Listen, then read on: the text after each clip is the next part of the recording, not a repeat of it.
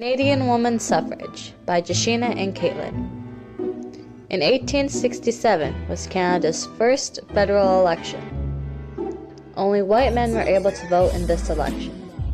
All women and men of color were prohibited to vote. Time jump to 1940. One of the women named Nellie McClung started a campaign for women to vote. She was an advocate for equality among all. She even had a play called Women's Parliament, where men were the ones that were begging to vote. During the same year, World War I occurred. In this era, Canadian men were obligated to serve in the war. Many men from Canada fought overseas. Because of this, women contributed by filling in the jobs of the men, such as facility and office workers.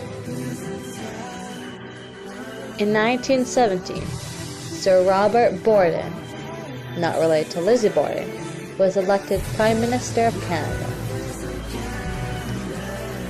Sir Robert Borden put into place an act called the Military Voters Act and the Wartime Act. The Military Voters Act was for women in the military as nurses or as soldiers. The Wartime Voters Act was for women with sons, brothers, or husbands in the military. This allowed certain women rights to vote in federal elections. Finally, by 1921, all white women were allowed to vote. Now time jumped to the 1940s. During the 1940s, women of color, except for Aboriginals, were allowed to vote. Women from Asia, Africa, and other countries and continents were protected under these rights. Finally, by 1951 was the Indian Act, which incorporated voting rights for Aboriginals. Now that's it for the timeline. Here's some more info about the women's suffrage. Some of you may or may not know what the word suffrage means.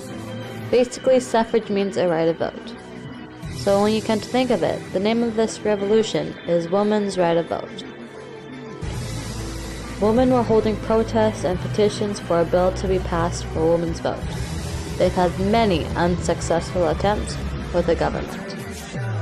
There were backslashes, of course, against this, mainly from men, but this never stopped them from fighting. It's pretty surprising to think that all women were able to vote in the 1960s. For the women's suffrage and the French Revolution, there were similarities such as they both involved revolution and reform. Both of the revolutions had an outcome that benefited the winning side, and how government was a big cause in these cases. Differences that we found in these two revolutions were when and where both revolutions occurred. The revolutions also had different causes. The French Revolution was caused by many different aspects, such as the country being in debt, where the women's suffrage was caused by women not having the right to vote. Another difference is that there was zero violence in the women's suffrage, and there was quite a lot of violence in the French Revolution. Now for a big thinking question.